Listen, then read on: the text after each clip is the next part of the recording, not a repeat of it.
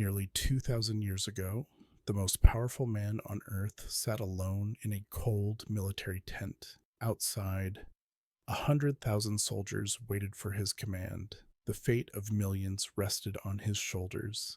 Empires rose and fell at his word. And yet, in that flickering candlelight, he wasn't planning conquests. He wasn't scheming for power. He was doing something no one expected. He was writing letters to himself, private confessions, secret struggles, desperate reminders of how to stay sane in an insane world. Words he never intended another soul to read. Those midnight scribblings would become one of the most influential books in human history. His name was Marcus Aurelius, and tonight I want to share his complete philosophy with you. Now, here's what makes this story so remarkable. Marcus didn't write as a man who had it all figured out. He wrote as someone drowning, someone overwhelmed, someone facing challenges that would crush most people. Plague was killing millions across his empire. Wars erupted on every border. Trusted friends betrayed him. His own body was failing, and still, he had to lead. Still, he had to decide. Still, he had to hold everything together. Sound familiar? That's the strange magic of his words. A Roman emperor, separated from us by 20 centuries, somehow understood exactly what we feel today. The anxiety, the overwhelm, the desperate search for peace in a chaotic world. The philosophy he practiced was called Stoicism. And I should tell you right now, Stoicism is probably not what you think. It's not about becoming emotionless. It's not about suppressing your feelings until you're numb. It's something far more powerful, far more practical, far more human. Over the next hour, we'll journey through his extraordinary life. We'll walk the marble halls of Rome and the muddy battlefields of the frontier. We'll meet the teachers who shaped him. We'll explore ideas that have guided presidents, athletes, entrepreneurs, and ordinary people seeking extraordinary peace. But more than history, you'll discover wisdom you can use tonight, tomorrow, for the rest of your life. Marcus believed philosophy wasn't meant to be studied. It was meant to be lived, every breath, every choice, every moment. So settle in, let your body sink into comfort, let your breathing slow, and let me take you back to ancient Rome, to a time of gladiators and philosophers, to the remarkable life of a reluctant emperor who found peace in the midst of chaos. Let's begin. April 26th, the year 121. A boy was born into one of Rome's most powerful families. Wealth surrounded him from his first breath. Servants attended his every need. The finest tutors money could buy waited to fill his mind. His name was Marcus Annius Verus, and from the very beginning, something about him was different. While other children of privilege chased pleasures and games, young Marcus sat quietly with books. While his peers dreamed of gladiator glory and military conquest, he pondered questions about justice and virtue. His nurses whispered about it. His tutors noticed immediately. This child was unusual. Let me paint the world he entered. Rome in the 2nd century wasn't just a city, it was the center of human civilization. Over 1 million people crowded its streets. Marble temples gleamed under Mediterranean sun. Aqueducts carried fresh water from distant mountains. Merchants from Britain to Persia haggled in its markets. This was the height of Roman power, the Pax Romana, an era of peace and prosperity that wouldn't be matched for another 1,000 years. Into this golden age, our philosopher was born. But here's what makes his story so unusual. He never wanted what was coming, never dreamed of ruling the world, never sought the throne that fate would thrust upon him. Everything we know about young Marcus suggests he would have been perfectly content with a quiet life, reading philosophy, debating ideas with friends, perhaps teaching, a simple existence devoted to wisdom. But fate had other plans entirely. The Emperor Hadrian noticed Marcus when the boy was just 17. Something caught the old ruler's eye. Perhaps the unusual seriousness, perhaps the genuine goodness that seemed to radiate from him. In an empire full of schemers and backstabbers, here was someone different. Hadrian made a remarkable decision. He would adopt Marcus into the imperial line. Through a careful arrangement, this quiet philosopher would one day rule the world. Think about this for a moment. You're 17 years old. Your greatest ambition is to study and think and perhaps write. And suddenly, the most powerful man on earth decides your future. Most young men would be thrilled, grasping for power, eager for glory. Marcus was reluctant. Years later, in his private writings, he would reflect on this moment. He saw the burden before the glory. He understood that to be emperor meant sacrificing the contemplative life he truly wanted. But here's the first lesson of Stoicism already appearing in his young life. We don't choose our circumstances, we only choose our response. Marcus could have refused, could have found some way to escape his destiny. Instead, he accepted. He prepared. He decided that if fate was making him emperor, he would become the best emperor possible. This acceptance, this willingness to embrace what life brings rather than fighting against it, would become the cornerstone of everything he believed. The boy who never wanted power would spend 20 years preparing for it, learning, growing, studying under the greatest minds of his age, and those teachers, those remarkable mentors who shaped his soul. They gave him something more valuable than any throne. They gave him a philosophy that would sustain him through horrors he couldn't yet imagine. The education of a future emperor was no casual matter. Rome invested heavily in its leaders, and Marcus, marked for greatness from his teenage years, received perhaps the finest education the ancient world could offer. He studied painting, geometry, music and mathematics, Greek and Latin literature, law and rhetoric, the art of persuasion every Roman leader needed to master. But philosophy captured his heart completely. He studied with brilliant minds who had dedicated their lives to understanding how humans should live. Different schools of thought, different approaches to the eternal questions. Marcus absorbed it all, and among all these remarkable mentors, one stands above the rest. His name was Junius Rusticus, and he gave Marcus a gift that changed everything. One book, a collection of teachings from a former slave named Epictetus. Now, here's where it gets fascinating. This Epictetus had been born into bondage. He owned nothing. He controlled nothing. His master once twisted his legs so violently that Epictetus was crippled for life. And yet, from that suffering, from that complete lack of external freedom, Epictetus developed a philosophy of remarkable power. He discovered a freedom no one could take away. When Marcus first read those words, something shifted inside him. Here was philosophy that didn't hide behind complicated language. Here was practical wisdom about real problems real people face every day. How do you handle criticism? How do you deal with impossible people? How do you find calm when everything around you is chaos? How do you maintain your integrity when the world wants to corrupt you? These weren't academic questions for Marcus. They were exactly the challenges he knew he would face. Let me share something most people never discover about this period. Marcus didn't just study Stoicism intellectually, he practiced it daily, rigorously. He treated philosophy like an athlete treats training. Every morning, he prepared his mind for the day. Every evening, he reviewed his actions. Where had he succeeded? Where had he failed? What could he do better? This wasn't passive learning. This was transformation. His rhetoric teacher Fronto exchanged letters with Marcus for decades.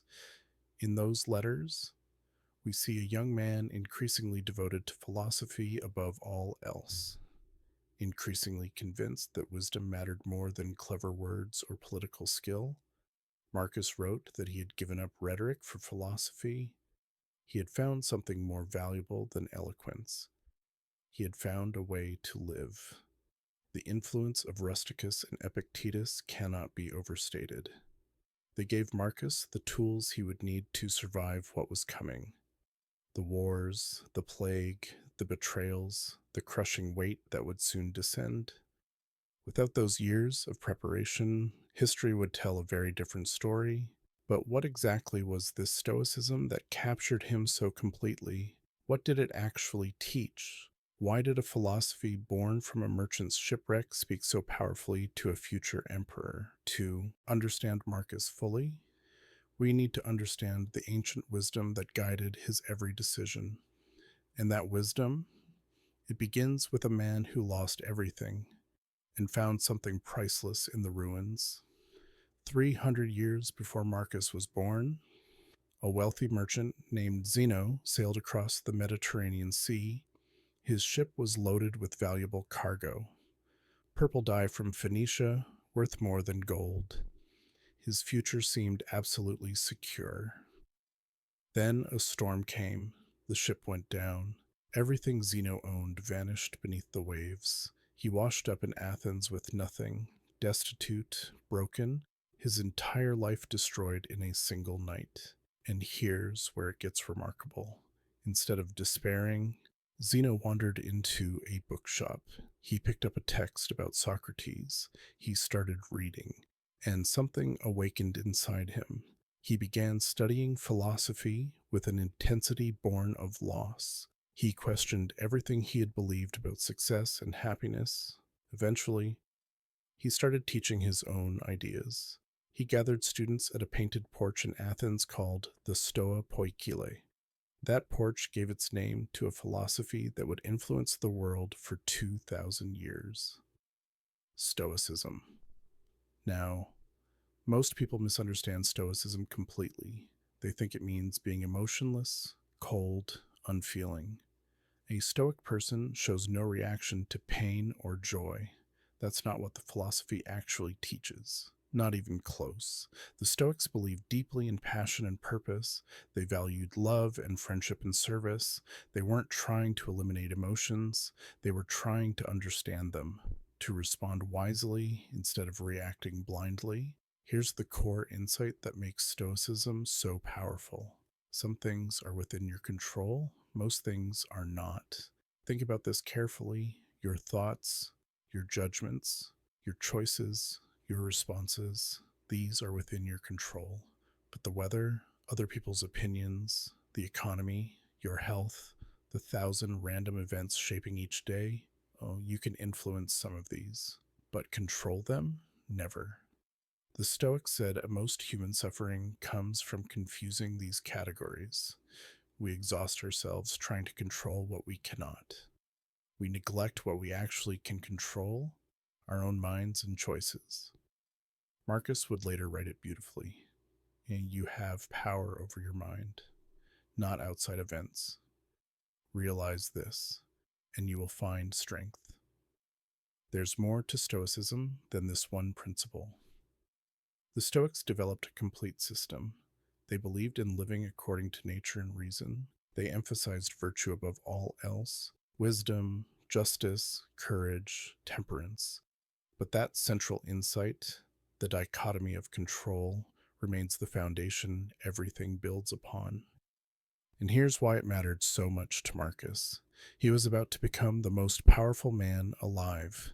He would command legions, decide the fate of millions. And yet, so much would remain beyond his control: plagues he couldn't stop, enemies he couldn't fully defeat, a son who would disappoint him terribly. Without Stoicism, these circumstances might have destroyed him. With it, he found a way not just to survive, but to lead with wisdom through the darkest times. The philosophy born from a shipwreck would guide an empire through crisis after crisis. Now it was time for Marcus to take the throne. to face challenges that would test everything he had learned, and to discover whether philosophy actually works when everything is falling apart. March 7th, the year 161. Emperor Antoninus Pius died peacefully after 23 years of stable rule. He was 74 years old. By ancient standards, a remarkably successful life and reign. Now the burden passed to Marcus. He was 39. He had spent over 2 decades preparing for this moment, and still, when it came, he hesitated. On the day he became emperor, he did something no ruler had ever done before. He insisted on sharing power. Marcus elevated his adoptive brother Lucius Verus to co-emperor. Equal status, equal authority. For the first time in Roman history, two men would rule together. Why would he do this? The cynical answer is politics. But I think the truth runs deeper. Marcus genuinely believed power was a burden to share, not a prize to hoard. He didn't trust himself alone. He wanted balance, partnership, someone to share the impossible weight.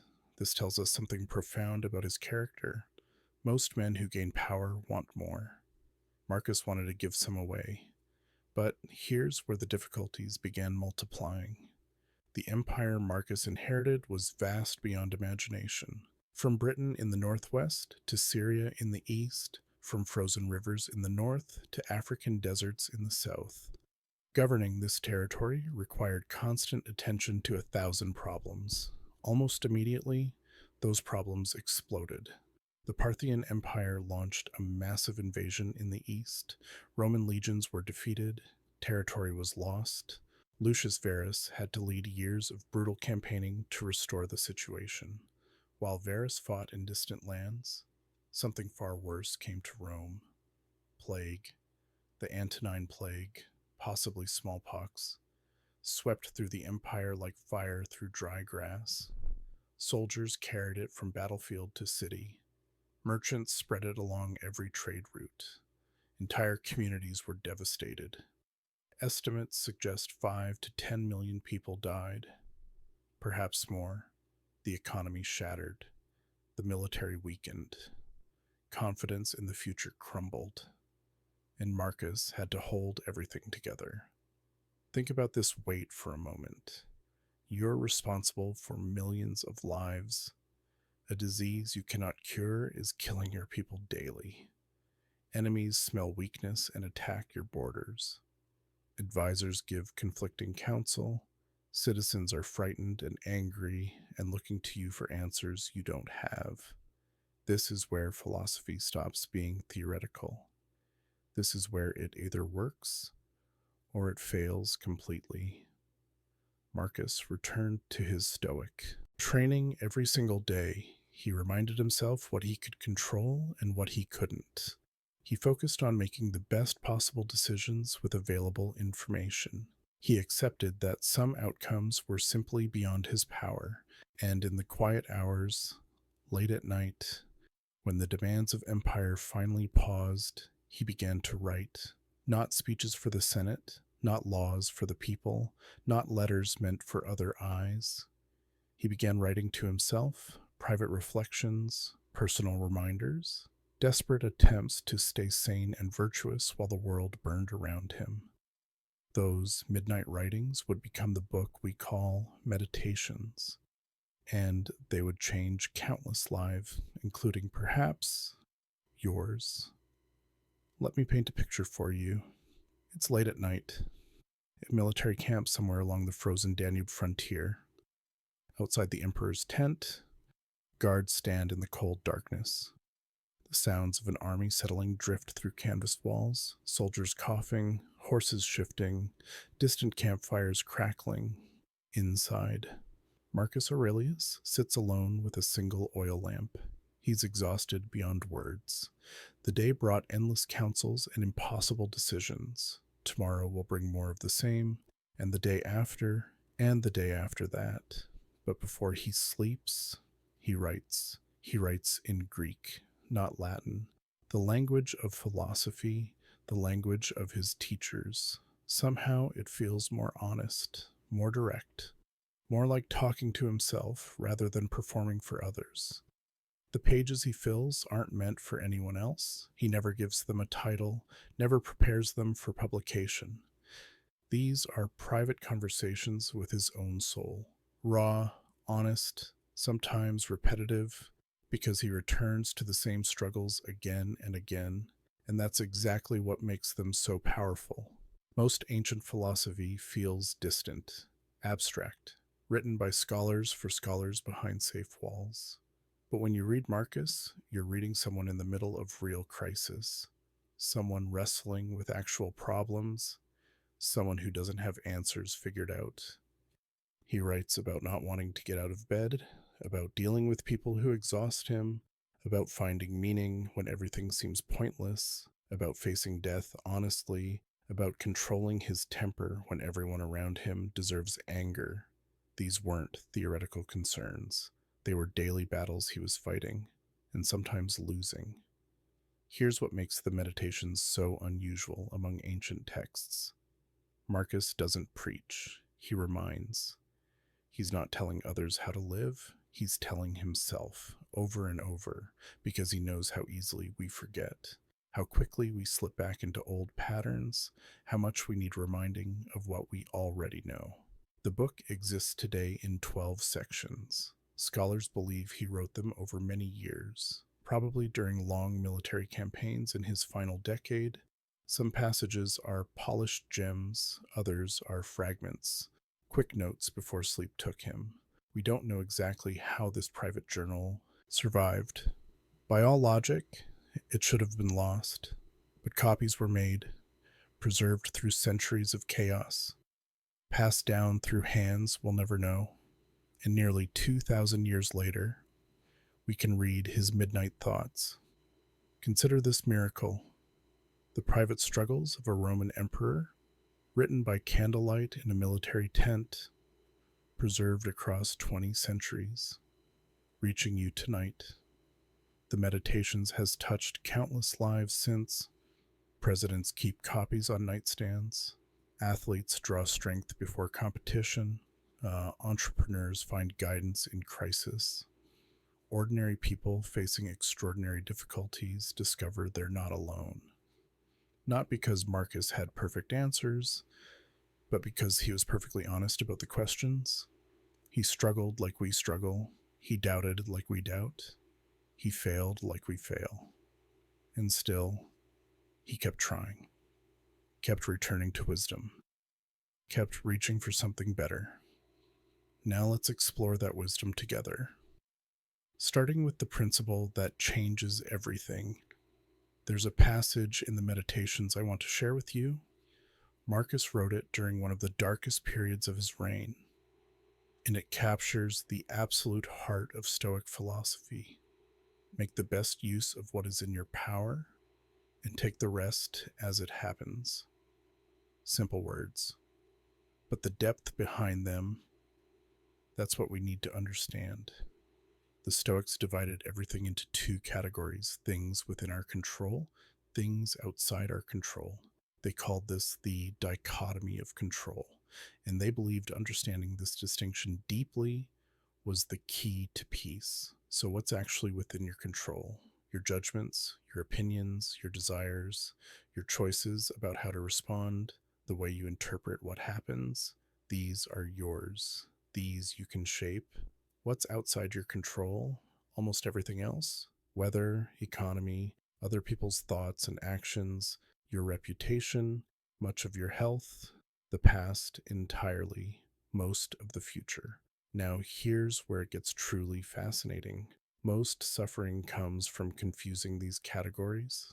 We desperately try controlling what we cannot. We agonize over others' opinions. We worry endlessly about outcomes that haven't happened. We replay past events we cannot change.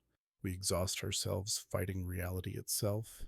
Meanwhile, we neglect what we actually can control: our responses, our choices, our own minds. This one principle, understood deeply, can free you from most of your suffering. Think about the last time you felt truly anxious. I'd bet everything. You are focusing on something outside your control, someone else's behavior, an uncertain outcome, a past event unchangeable. What if instead you directed all that energy toward what you can actually influence, your own response, your next action, your state of mind right now? Marcus faced this in extreme circumstances. As emperor, he had tremendous power. He could command armies, change laws, reshape the world, but he couldn't stop plague, couldn't prevent wars erupting everywhere, couldn't make his son into a worthy heir, couldn't control the thousand forces threatening to tear everything apart. If I focused on what he couldn't control, frustration would have destroyed him. Instead, he focused relentlessly on what he could, his own judgments, his own decisions, his own character, the one territory that was truly his. This isn't about giving up, it's not passivity. The Stoics engaged deeply with the world. Marcus certainly didn't retreat from responsibility. He acted constantly, but he acted on what he could control and he accepted what he couldn't. There's profound peace in this acceptance, not resignation. Acceptance, not surrender, in letting go of what was never yours to hold. Marcus returned to this principle constantly in his writings because he knew how easily we forget, how quickly we slip back into fighting the uncontrollable. And from this foundation, he built something even more powerful, the transformation of perception itself. You have power over your mind, not outside events. Realize this, and you will find strength. These are among the most quoted words Marcus ever wrote. They point to something revolutionary about Stoic practice. The Stoics believed events themselves are neutral. What gives them meaning, what makes them good or bad, is our judgment, our interpretation, our perception. Rain falls, that's just a fact. Whether it's blessing or disaster depends on whether you're a farmer needing water or a bride hoping for sunshine. The rain itself is unchanged. The difference is entirely in perception. This sounds simple, maybe obvious, but the implications are profound. Between every event and your response, there's a space, a moment of choice, and in that space, you have tremendous power. Something happens, you lose your job, receive harsh criticism, someone treats you unfairly. Your first instinct is emotional reaction, anger, fear, despair. But the Stoics said, wait, before reacting, examine your perception. What judgment are you making? Is it necessarily true? Is there another way to see this? Here's the surprising part. Marcus didn't just endure problems, he welcomed them. He wrote about obstacles becoming the way forward, difficulties being training for virtue, everything that happens offering opportunity to practice wisdom. This wasn't shallow positive thinking. He didn't pretend bad things were good. He recognized that even bad things could fuel growth. When someone criticized him, he could see attack or information, feedback, opportunity for honest self-examination. When setbacks struck, he could see failure or tests, chances to build resilience, evidence he was attempting worthy things. Marcus trained himself to ask different questions. Not why is this happening to me, but what opportunity does this present? Not this is terrible, but how can I use this? Consider a sculptor facing flawed marble. Every crack could be seen as problem or incorporated into design. The obstacle becomes part of the art. This is the power of perception. Now, I want to be clear. This isn't denying reality, not pretending everything is fine when it isn't. Marcus faced genuine horrors: war, plague, betrayal, devastating loss. He didn't smile through these. He felt the pain, experienced the difficulty fully. But he chose how to interpret that pain, what meaning to create from it. He chose seeing every challenge as opportunity to become stronger, wiser, more capable of handling whatever came next. We have this same choice every single day, The traffic jam, the difficult coworker, the unexpected expense, the disappointment. What story will you tell yourself? What meaning will you create? The power is yours. It always has been. And this leads to an even larger question: our place in the vastness of existence. Marcus had a practice that might seem strange at first. Regularly, sometimes daily, he would imagine viewing Earth from far above, from the perspective of distant stars. He pictured all human activity, wars and politics and business and drama, as if seen from enormous height. All those things that seemed so desperately important, shrinking to near insignificance against the vastness of time and space. Why would he do this? Because perspective changes everything. When you feel overwhelmed by life, Marcus offered this meditation. Think about the age of the universe, billions of years before humans existed, billions more after we're gone. Here we are in this tiny sliver of cosmic time, worrying about an argument from last week. He wrote, "Think often on the swiftness with which things pass and are gone, those now living, those who lived before, and the infinite reaches of space, the endless expanse of time in either direction." Some find this perspective depressing. If we're so small, what's the point? But the Stoics saw it differently. They found freedom in this cosmic view. When you're trapped inside a problem, it feels all-consuming. This difficulty is everything. This pain is the whole world. No escape seems possible. But zoom out far enough, and you remember truth. This moment will pass. This problem, however overwhelming now, is not permanent. Nothing is permanent. That's not depressing. That's liberating. Marcus didn't use cosmic perspective to escape from life. He used it to engage more fully.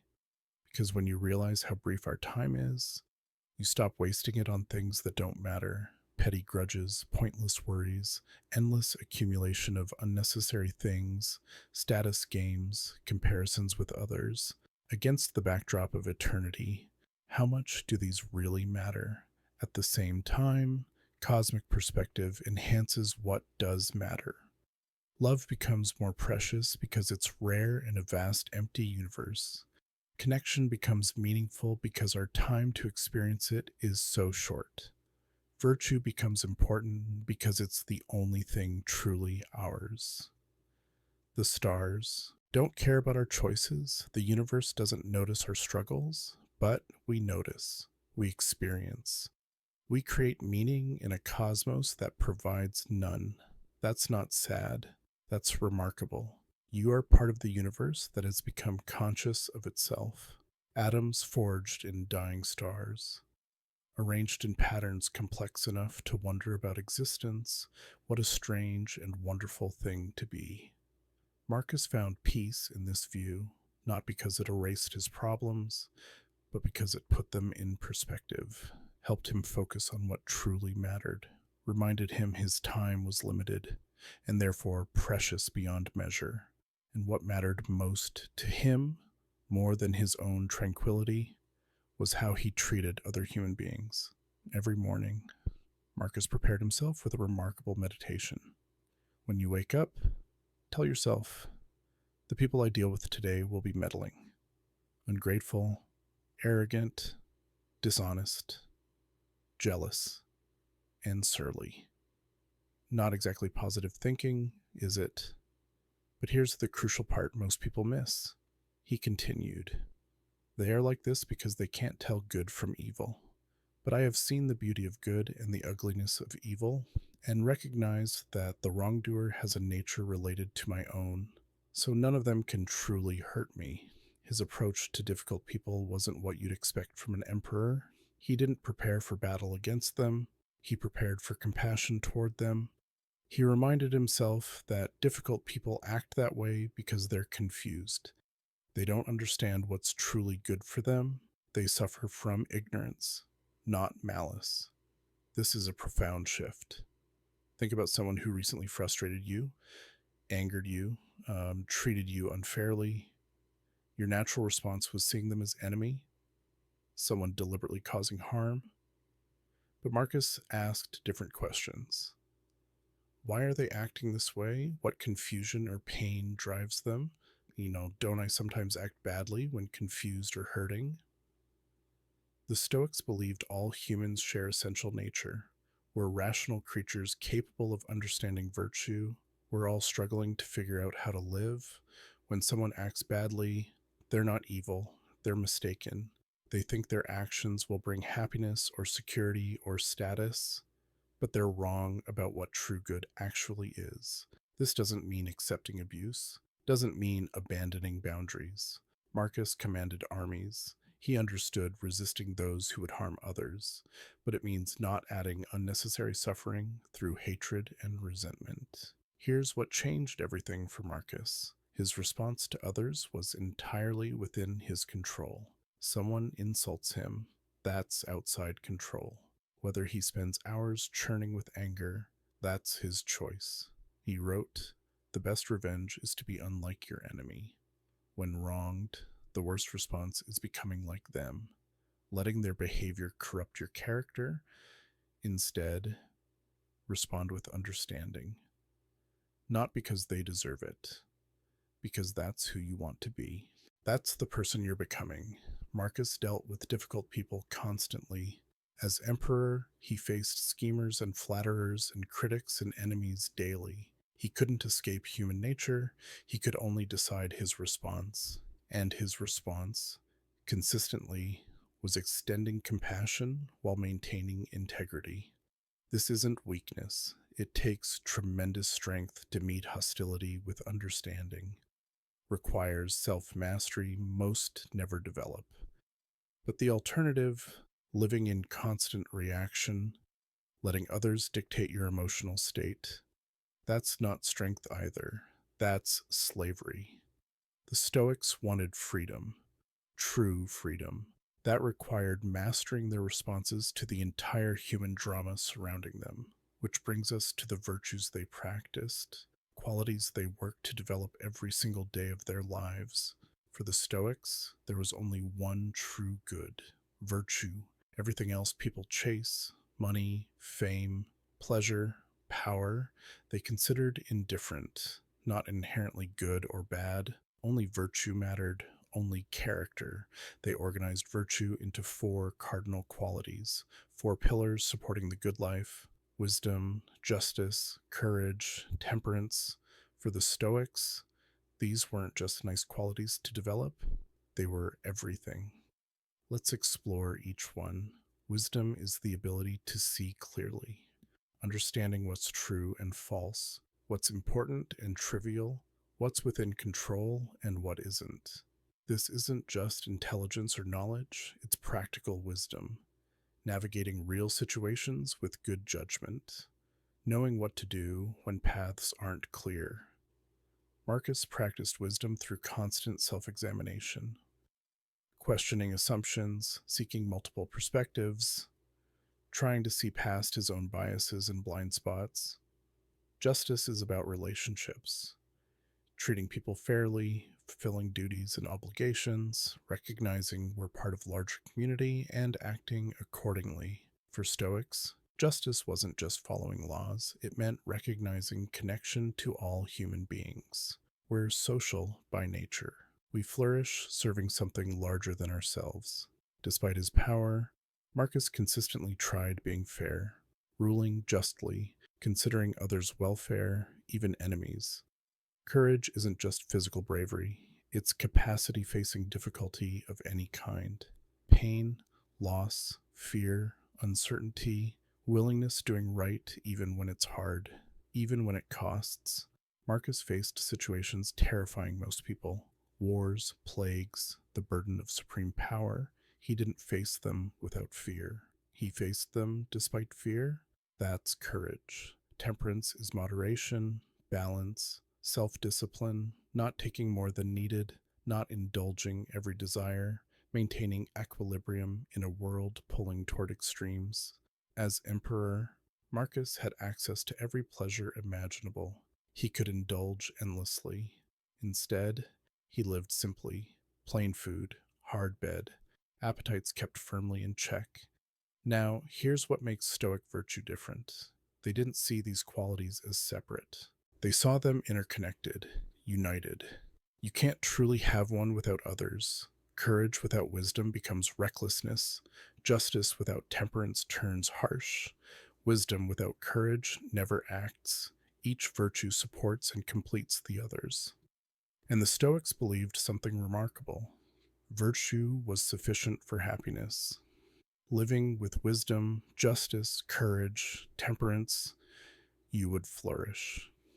Regardless of external circumstances, you could lose wealth and still be content, face illness and maintain peace, suffer injustice and preserve inner calm. Because true happiness doesn't depend on what happens to you, it depends on who you are, your character, your virtue. This is a radical claim. It requires one more practice to embrace fully. Perhaps the most challenging Stoic exercise, the meditation on death itself. There's a phrase running through Stoic philosophy like golden thread. Memento mori. Remember that you will die. This might sound dark, morbid, hardly advice for living well, but Marcus found it the most liberating practice of all. He wrote, "You could leave life right now. Let that determine what you do and say and think." Think about what he's saying. Death could come at any moment. Tonight, tomorrow. We simply don't know. Most people find this terrifying. They push the thought away, distract themselves constantly, live as if they have forever. And because they assume forever, they waste time. Postpone what matters. Delay important conversations. Put off living the life they actually want. Marcus took the opposite approach. He didn't dwell morbidly on death. He used awareness of death as a tool, a way to clarify what truly matters. When you remember time is limited, everything sharpens. That argument you've carried for months, is it worth precious hours of your life? That fear holding you back? How long will you let it stop you? Those words of love you've meant to say? What exactly are you waiting for? Death is the great clarifier. It strips away everything trivial, reveals what's essential. Marcus faced death constantly, plague killing millions, battle threatening him daily, friends and family dying around him. He knew with certainty his own end approached, and rather than despair, he found motivation. He examined each day, asked himself, if I died tonight, would I be satisfied with today? Did I act virtuously, treat others well, use my time wisely? This isn't gloomy practice, it's a wake-up call. There's a story about Roman generals celebrating victories. As they rode through cheering crowds, a slave stood behind whispering, "Remember, you are mortal. Remember, you are mortal." The purpose wasn't spoiling celebration. It was maintaining perspective, reminding that glory fades, nothing lasts. Even emperors die like everyone else. Marcus kept himself grounded similarly, surrounded by luxury and power. He reminded himself daily that everything was temporary. He would soon be gone like every emperor before.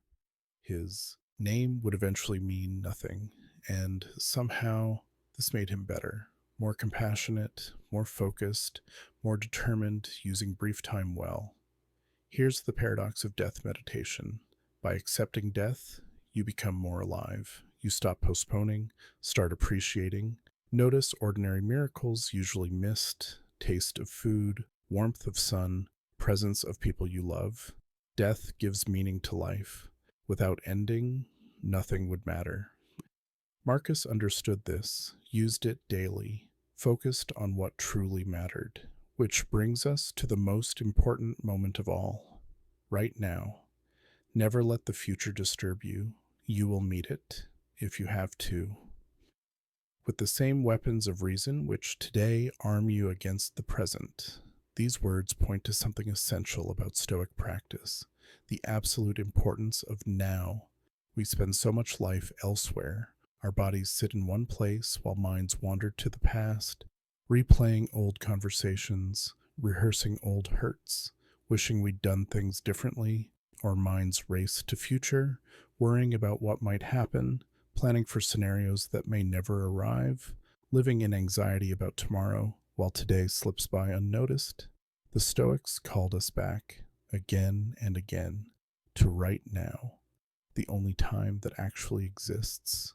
Here's what Marcus understood that we so often forget: the past is gone completely. You cannot change a single moment. All the regret in the world won't alter what happened. All the wishing accomplishes nothing. The future doesn't exist yet, pure imagination. We have no idea what will actually happen. All projections and predictions and anxieties about something not real. What's real is now, this breath, this moment, this experience. This is the only place we can act, the only place choices matter, the only place we can practice virtue or make any difference at all. Marcus wrote about this repeatedly, reminding himself the present was enough. Worrying about future added only suffering. Dwelling on past wasted precious time. Think of it this way. Imagine carrying two heavy bags, one filled with regrets about yesterday, one filled with fears about tomorrow. You're staggering under their weight, can barely move forward. Now imagine setting both down, just letting go, suddenly lighter, freer, more able to respond to what's actually happening right now. This is what Stoics practiced: not suppressing thoughts about past or future, recognizing them for what they are: thoughts, not reality. Mental activity pulling us from the present. When worry about future arose, Marcus asked himself, can I do anything right now? If yes, act. If no, let go. When regret surfaced, he examined it. Is there a lesson, something to learn? If yes, learn and move on. If no, release it. This doesn't mean never planning. Stoics were practical. Marcus planned campaigns and policies constantly, but there's difference between thoughtful planning and anxious rumination. Between learning from past and being imprisoned by it, Stoics sought balance, engaged with life, but centered in present, aware of past and future, but not enslaved. As you rest tonight, perhaps practice this. Notice where your mind wanders. Gently bring it back to breath, to this voice, to simple experience of this moment. There's peace in the present, always has been. Now let's see how Marcus lived these principles through the most devastating test of his life. It's one thing writing about Stoicism in comfort. Marcus wrote it while his world was burning. The Marcomannic Wars began around 166. They continued, with brief interruptions, for the rest of his life. Germanic tribes along the Danube sensed Roman weakness. Plague had devastated legions. Treasury was depleted. The barbarians attacked. This wasn't small skirmish. This was existential threat. For the first time in centuries, enemy forces crossed the Alps into Italy itself. They besieged cities, destroyed towns, refugees flooded southward, panic spread through Rome. Marcus had to personally lead defense. Imagine this: a philosopher who wanted nothing more than quiet study, forced spending years in military camps, planning battles, commanding legions, watching men die horribly. He was in his late 40s and 50s, health never robust, conditions harsh, winter camps along frozen rivers, summer marches through endless forests, constant stress of supreme command, and through all this, he kept writing. The meditations we have today came largely from these years, written in tense and temporary quarters, by lamplight after exhausting days, philosophy practiced while empires clashed around him. Here's what strikes me most. He could have abandoned principles. Many leaders would. War changes people. Desperate circumstances seem to justify desperate measures. He could have told himself, Philosophy is for peacetime. This is pure survival. But he didn't. He applied Stoic training to war's reality, focused on what he could control, his choices, his character, his response to chaos, accepted what he couldn't, battle outcomes, enemy actions, plagues spread. He treated even enemies with respect, didn't wage war with hatred, waged it as duty, necessary response to aggression, to be done humanely and ended quickly. His treatment of captives was notably moderate. He settled barbarian tribes within the empire rather than simply killing them, sought lasting solutions, not quick vengeance, and he kept asking hard questions. Was this war just? Was he acting virtuously? Would he be satisfied with these choices when death came? The wars weren't ultimately successful in any permanent way. Barbarian pressure continued, the empire's long decline, though Marcus couldn't know it, had already begun. But Marcus fulfilled his duty, held the line, kept the empire together through crisis after crisis, and did it maintaining integrity. That's what Stoicism looks like in practice. Not philosophy as escape from reality. Philosophy as engagement with reality. Not wisdom crumbling under pressure. Wisdom forged in fire. The man emerging from those campaigns was tested, exhausted, probably physically broken, but his character remained intact, principles uncompromised.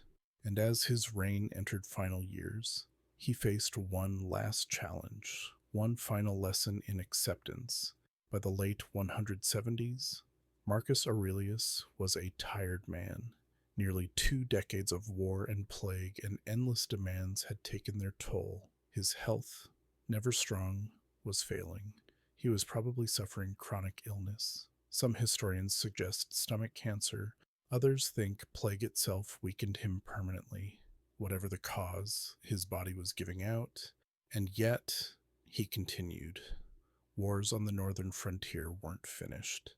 Barbarians still pressed against borders. So Marcus, despite his condition, remained with his legions, still planning, still commanding, still fulfilling duty, even in his last moments.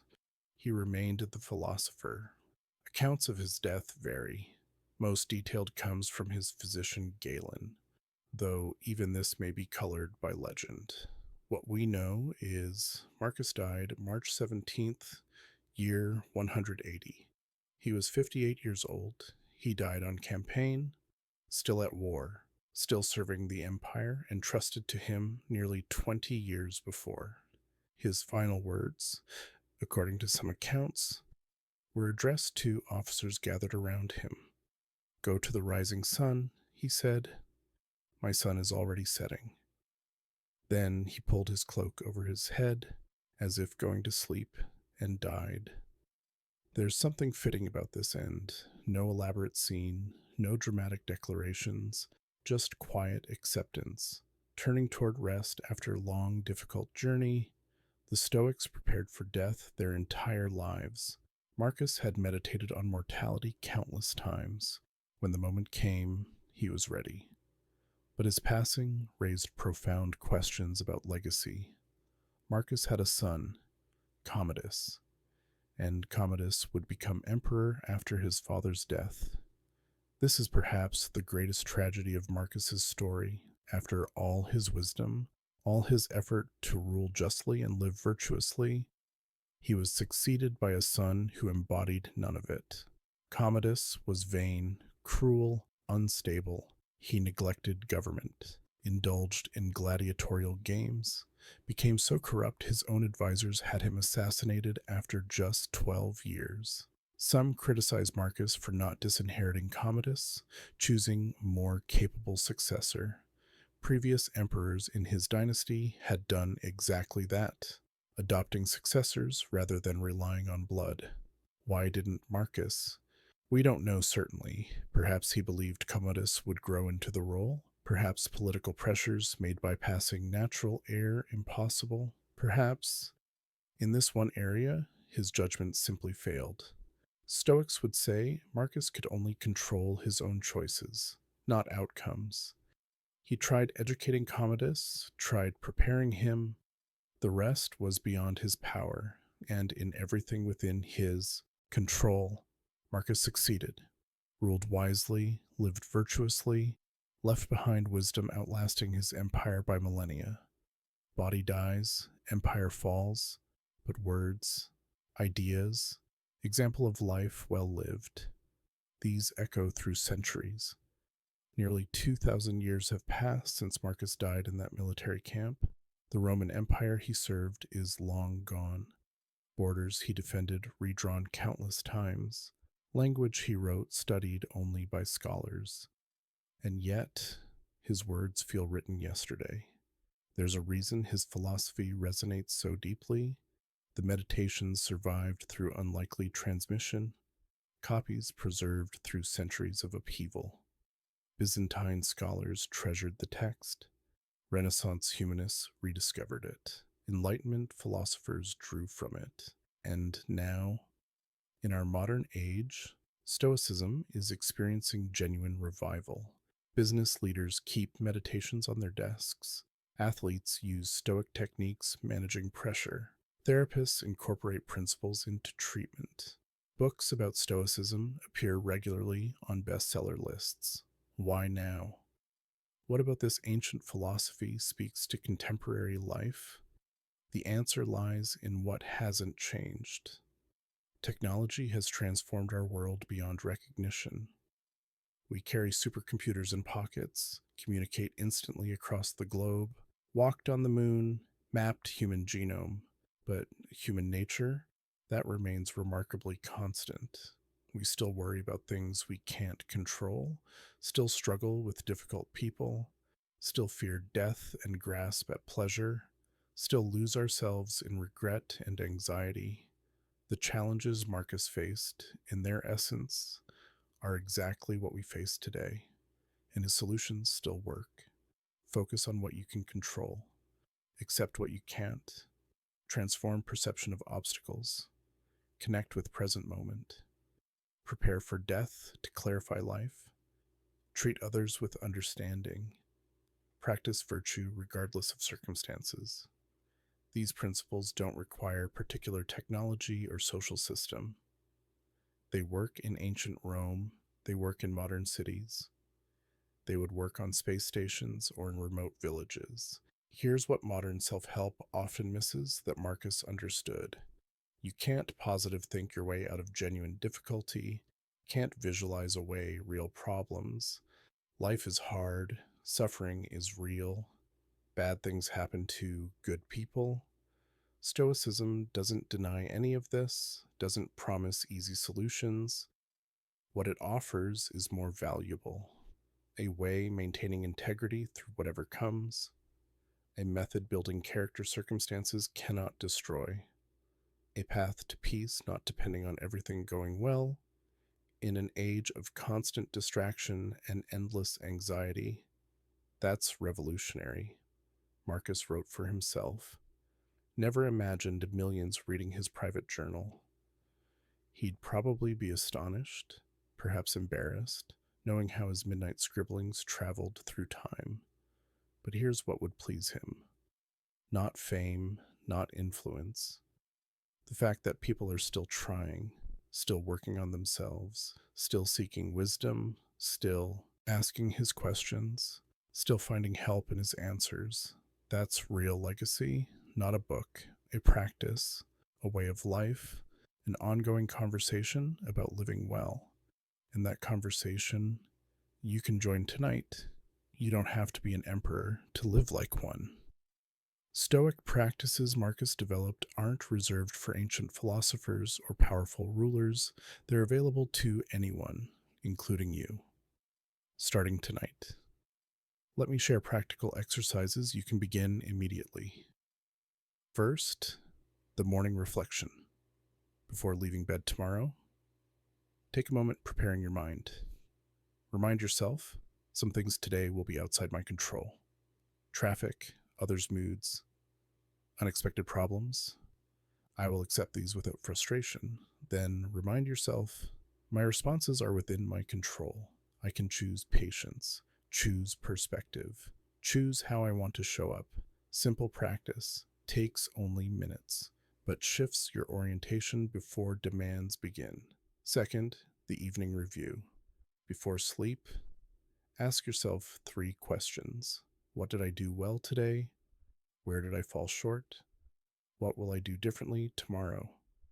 Marcus practiced this religiously, not to beat himself up, to learn, improve, become gradually, day by day, the person he wanted to be. Third, the discipline of assent, the practice of pausing between stimulus and response. Something happens. Before reacting, pause, ask, what judgment am I making? Is there another way to see this? What would the wisest version of myself do? Even seconds of pause can transform responses. Fourth, the view from above. When overwhelmed, take a mental step back. Imagine viewing your situation from great height, from perspective of years, from vastness of time and space. Does this problem still seem enormous? Will you remember this frustration next year? What truly matters when everything else is stripped away? Fifth, premeditation of adversity. This might seem counterintuitive, but Stoics found it valuable briefly imagining difficulties before they arrived. Not anxious worrying, calm preparation. If this challenge came, how would I handle it? If I lost this thing I value, could I still be okay? This builds resilience. When challenges arrive, you're not blindsided.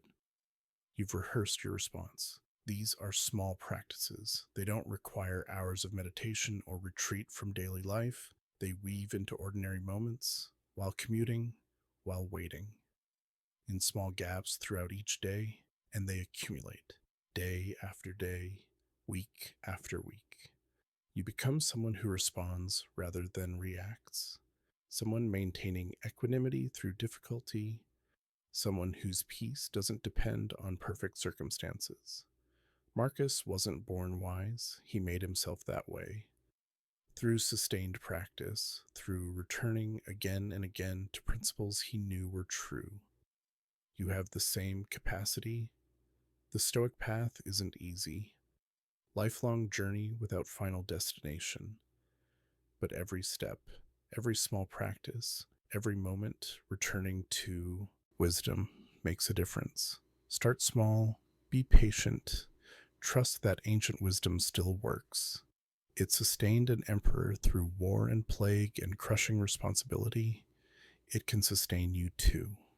And so, as we reach the end of our journey tonight, I want to leave you with one final thought from Marcus. Nowhere can a person find a more peaceful and trouble-free retreat than in their own mind. Grant yourself this retreat often and refresh yourself. That's what you've done tonight. Retreated into wisdom, into reflection, into company of a soul who faced difficulties with remarkable grace. We've traveled far together, from marble halls of Rome to muddy frontier camps, from a boy who never wanted power to an emperor who used it wisely, from ancient philosophy to practices you can begin tomorrow. Marcus wrote for himself, those midnight words were never meant to cross 2,000 years. And yet, here they are, still teaching, still helping, still offering light in dark times. That's the miracle of wisdom. It doesn't expire, doesn't become obsolete. Problems change shape, but solutions remain. Focus on what you can control. Accept what you can't. See obstacles as opportunities. Return again and again to present moment. Treat others with understanding. Practice virtue regardless of what comes. Remember, time is limited, therefore precious. These principles guided an empire. They can guide a life.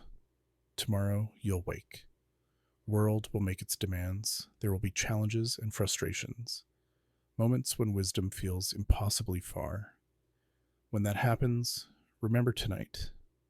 Remember Marcus in his tent, struggling with your same questions, finding his way through. You have everything you need now, like Marcus in his final moments. It's time to rest.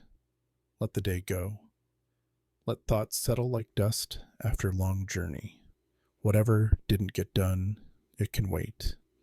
Whoever you're worried about, they'll still be there tomorrow. Whatever weighs on your mind, it will seem smaller after sleep. Rest well, my friend. Sleep peacefully.